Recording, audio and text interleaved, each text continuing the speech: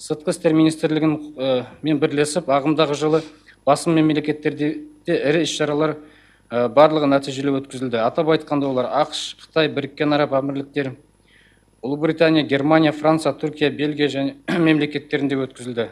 Жыл соңына дейін Индия, Сингапур және Катар елдерінде жоспарланды. Аталған іс-шараларға ұлттық компаниялар, жергілікті атқарушы және орталық мемлекеттік органдардың, қазақстандық бизнес өкілдерінің белсенді қатысқанын атап өткен жөн. Ағымдағы жылы Investcov.kz ұлттық инвестициялық интернет порталы қайта жаңғыртылып, жаңа форматта қазақ, ағылшын және орыс тілдерінде іске қосылды.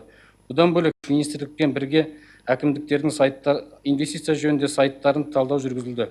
Сонымен қатар, қолда болған жағдайда барлық өңірлердің инвестиция бойынша веб-сайттарын типтік нұсқада әрбіріне арнайы парақша аша отырып, Investcov.kz интернет порталына орналастыруды ұсынамыз. Нәтижесінде инвестор 17 сайттың орнына бір портал арқылы инвестиция қатысты барлық өңірлер туралы ақпарат қол жеткізе алады.